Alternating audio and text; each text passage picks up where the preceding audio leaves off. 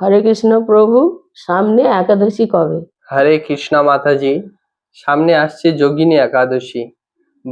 2025 খ্রিস্টাব্দে 22শে জুন রবিবার যোগিনী একাদশী। পরের দিন 23শে জুন পালনের সময়সূচি 4:53 থেকে 9:20 মধ্যে এই যোগিনী একাদশীর পালনের সময়সূচি। আপনারা খুব ভক্তির সহিত এই যোগিনী একাদশী ব্রত পালন করবেন।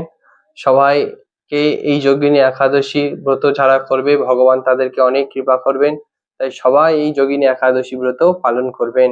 হরে কৃষ্ণা, সবাই ভালো থাকবেন।